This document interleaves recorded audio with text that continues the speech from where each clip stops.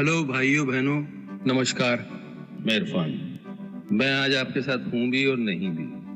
खैर, ये फिल्म अंग्रेजी मीडियम मेरे लिए बहुत खास है। सच यकीन मानिए, मेरी दिली ख्वाहिश थी कि इस फिल्म को उतने ही प्यार से प्रमोट करूं जितने प्यार से हम लोगों ने बनाया है। लेकिन मेरे शरीर के अंदर कुछ अनवांटेड मेहमान बैठे हुए हैं, उनसे वार्तालाप चल रहा है। देखते हैं किस करवट उठ बैठता है। जैसा भी होगा आपको इत्तला कर दी जाएगी। कहावत है, when life gives you lemon, you make a lemonade। बोलने में अच्छा लगता है, पर सच में जब जिंदगी आपके हाथ में नींबू थमाती है ना, तो शिकंजी बनाना बहुत मुश्किल हो जाता है। लेकिन आपके पास और चॉइस भी क्या है पॉजिटिव रहने के अलावा?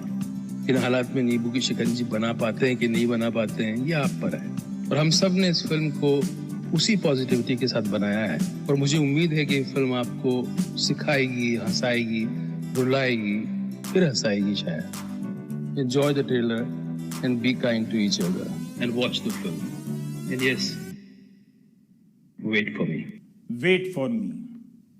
अब हमारे हिस्से में इंतज़ार ही है, इरफान नहीं है। एक अच्छा कलाकार जब चला जाता है तो उसके अभिनय की अच्छाइयाँ बहुत रुलाती हैं, बहुत पीछा करती हैं। हमारी आपकी यादों में उसका अभिनय जहाँ तहाँ से निकल आता है, लगता है कि वो यहीं कहीं है, मगर वो अब नहीं है। 2013 में एक फिल्म आई थी लंच बॉक्स, और इरफान चाहते थे कि फिल्म आने के बहुत पहले समीक्षक देख लें और तब समीक्षा करें। उन्हें अपनी फिल्म और अपने अभिनय पर इतना भरोसा था कि बहुत लोगों को आमंत्रित किया दिल्ली के सिरीफुट ऑडिटोरियम में, और वहां पर हमें ये लंच बॉक्स मिला। तब से ये लंच बॉक्स जाने कहाँ गुम हो गया था, मगर आज इरफान के अभिनय की मानंद कहीं से निकल आया, उसके अभिनय की यादों की तरह से, कि ये अब इरफान के अभिनय का हिस्सा है। लंच बॉक्स का किरदार फर्नांडिस सबको याद होगा जिन्होंने ये फिल्म देखी है। कैसे फर्नांडिस के पास एक लंच बॉक्स भटकता हुआ चला आता है। वो लंच बॉक्स ईला का होता है और उसके ज़रिए दोनों बातें करने लगते हैं, एक दूसरे की ज़िंदगी की परतों को हटाकर देखने लगते हैं और मुंबई शहर को फिर से देखने समझने लगते हैं। 53-54 साल की ज़िंदगी रही इरफान की, मगर उनके अभिनय की ज़िंदगी बहुत बड़ी है, इतनी बड़ी कि टीवी बहुत छोटी जगह है बात करने के लिए। यह कलाकार कैसा था 2013 की इसकी एक चिट्ठी से आप अंदाज़ा लगा सकते हैं, जो उन्होंने उर्दू अदब के आलमी विद्वान शमसुर रहमान फारूकी साहब को लिखी थी। ईमेल के ज़रिए इरफान लिखते हैं, और उनकी भाषा देखिए, अंग्रेज़ी में है जिसका मैंने हिंदी में अनुवाद किया है। और इरफान लिखते हैं कि शमसुर रहमान साहब, आदाब। अपने लिखने के हुनर के लिए माफ़ी चाहूँगा। मैं अपने ख़यालों को शब्दों में नहीं लिख पाता, मगर फिर भी मैं काफ़ी समय से आपसे बात करना चाहता था, और आखिरकार बात हो भी गई। सिनेमा के चलते मेरा कहानियों से वर्षों पुराना नाता रहा है।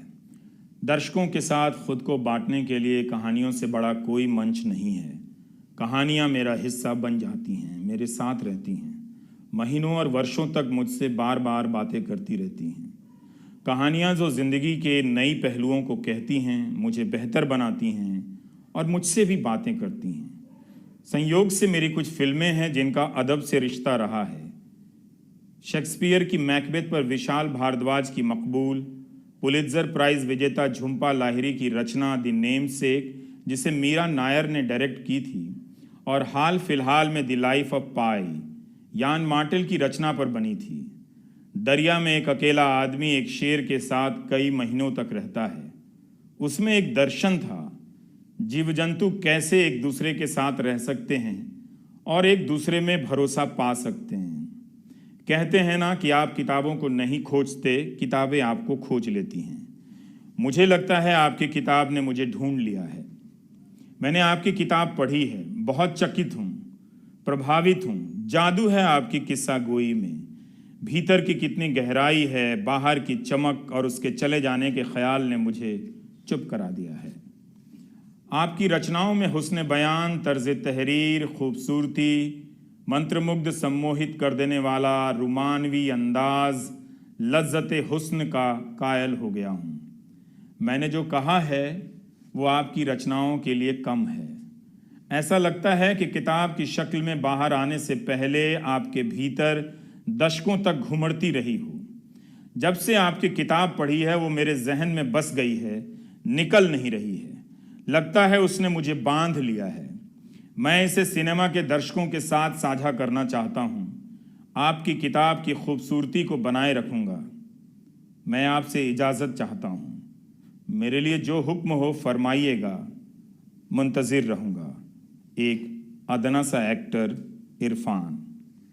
उर्दू अदब के आलमी विद्वान यानी दुनिया भर में मशहूर साहित्यकार के सामने जब एक कलाकार खुद को अदना कहता है तो वो अपने अभिनय को ऊंचा मकाम देता है।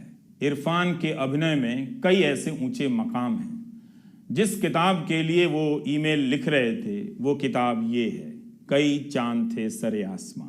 पेंगुइन ने छापी है और एक बार इस किताब से गुजर कर देखिएगा, आप इसकी जादू से कभी बाहर नहीं आ सकते हैं। इरफान इस पर फिल्म बनाना चाहते थे, क्या वजह रही नहीं बन पाई, ये सब अब इतिहास है। लेकिन 2014 के एक इरफान से आपको मिलाना चाहता हूँ। अपने ही शहर जयपुर में जयपुर साहित्य सम्मेलन लिटरेचर फेस्टिवल में वो महमूद फारूकी के एक पैनल में मौजूद थे और ओम प्रकाश वाल्मीकि की कविताओं को पढ़ रहे थे। ओम प्रकाश वाल्मीकि भी साहित्य की दुनिया की बहुत ऊंची हस्ती हैं, जिनकी रचनाओं तक जाने के लिए बहुत कम लोगों के पास साहस है। इरफान वाल्मीकि की कविताओं को जयपुर लिटरेचर फेस्टिवल में पढ़ रहे हैं।